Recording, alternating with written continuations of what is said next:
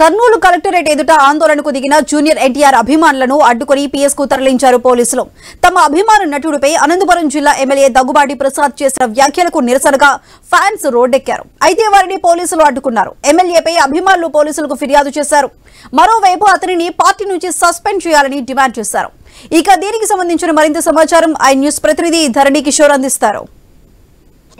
ఎన్టీఆర్ పై TDP MLA Daggubati Prasad చేసినటువంటి వ్యాఖ్యలకు నిరసనగా కర్నూలులో ఎన్టీఆర్ అభిమానులు ఆందోళన పట్టబడుతున్నారు. అతని మీద కంప్లైంట్ చేసిన పరిస్థితి ఉంది. అసలు ఏం జరిగిందన్న విషయాన్ని వారిని అడిగి తెలుసుకునే ప్రయత్నం చేద్దాం.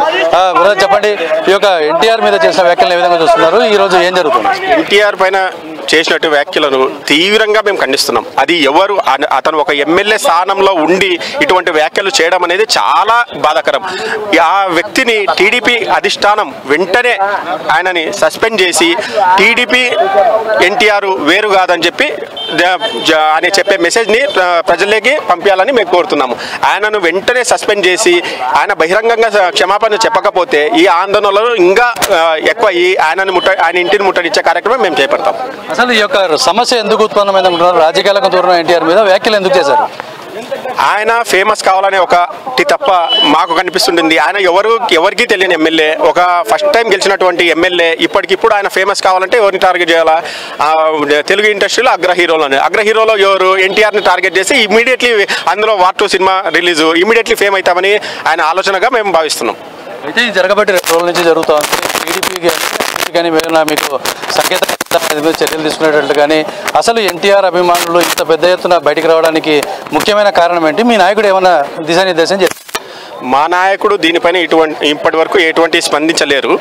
ఆయన స్పందించకపోయినా మేము ఆయన అభిమానులుగా మాకు 3 డేస్ నుంచి చాలా ఇంతకు మించి ఎక్కువ చేయాలనుకున్నాం. కానీ ఉండింది మా టీడీపీ ప్రభుత్వమే. ఇంతకంటే మేము ఎక్కువ చేయలేకపోతున్నాము.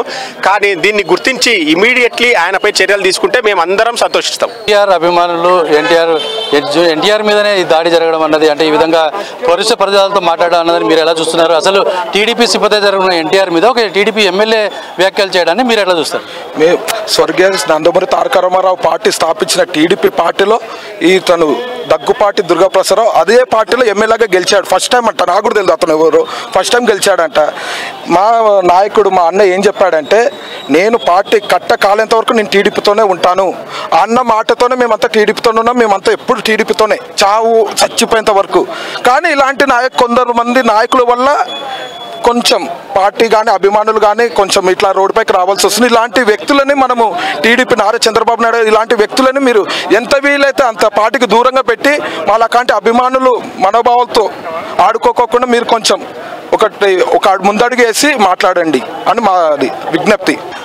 జూనియర్ ఎన్టీఆర్ మీద చేసినటువంటి వ్యాఖ్యలకు దగ్గుబాటి ప్రసాద్ బహిరంగ క్షమాపణ చెప్పాలి. టీడీపీ కూడా అతన్ని వెంటనే పార్టీ నుంచి సస్పెండ్ చేసి ఎన్టీఆర్ అభిమానుల మనోభావాలను కాపాడాలని వారు డిమాండ్ చేస్తున్న పరిస్థితి. వీడియో జర్నలిస్ట్ రామ్తో కలిసి ధరణి కిషోర్, ఐ న్యూస్, కర్నూలు నుంచి.